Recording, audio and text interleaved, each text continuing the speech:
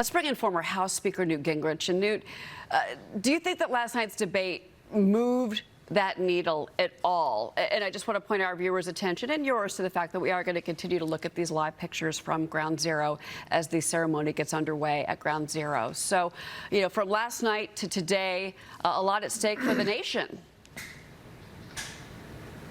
Well, I think in a sense, 9/11 is a great reminder of how serious picking a president is. The world is very dangerous. That danger can come right here at home, and having a strong commander-in-chief is a very key factor in keeping all of us safe. So in a sense, having 9/11 immediately after the debate is a pretty good reminder of how serious picking a president is. I thought last night, first of all, it was clearly a 3-on-1 debate. The ABC performance was probably the most outrageous, one-sided, and frankly dishonest performance that I've ever seen.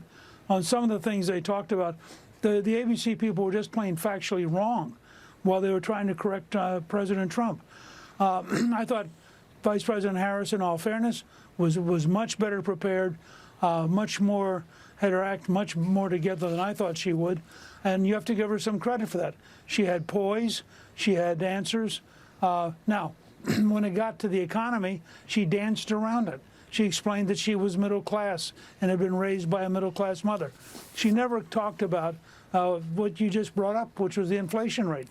The price of beef, for example, has gone up 26% since Kamala Harris became vice president. The price of gasoline has come up. Go through almost everything. So I think the problem she had is pretty good debate, but the facts are very deeply against her. The challenge for President Trump was to fight his way past a 3-person team with the 2 ABC people serving as blocking guards for her, and to make his case. And my guess is, I just did a newsletter at Gingrich 360 this morning. Right.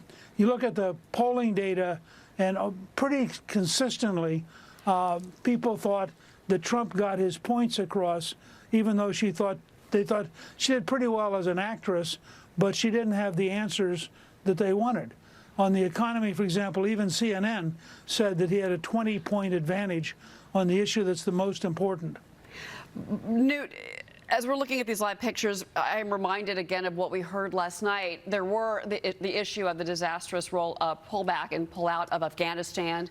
The loss of our 13 service members at Abbey Gate is something that is very fresh. There was a ceremony on Capitol Hill yesterday for those Gold Star families.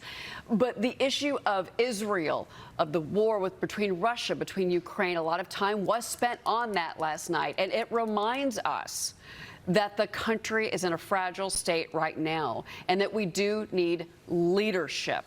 Talk to that for a moment here, Newt. Look, it's very simple.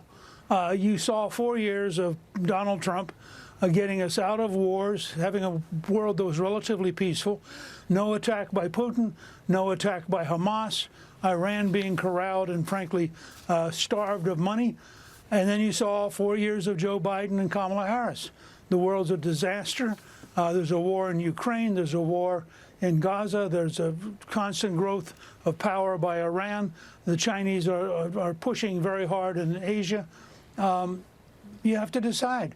I'm a Republican, and I happen to believe that President Trump, in fact, is dramatically stronger in dealing with a dangerous world than Kamala Harris would be. All right, Newt Gingrich, we appreciate your time this morning.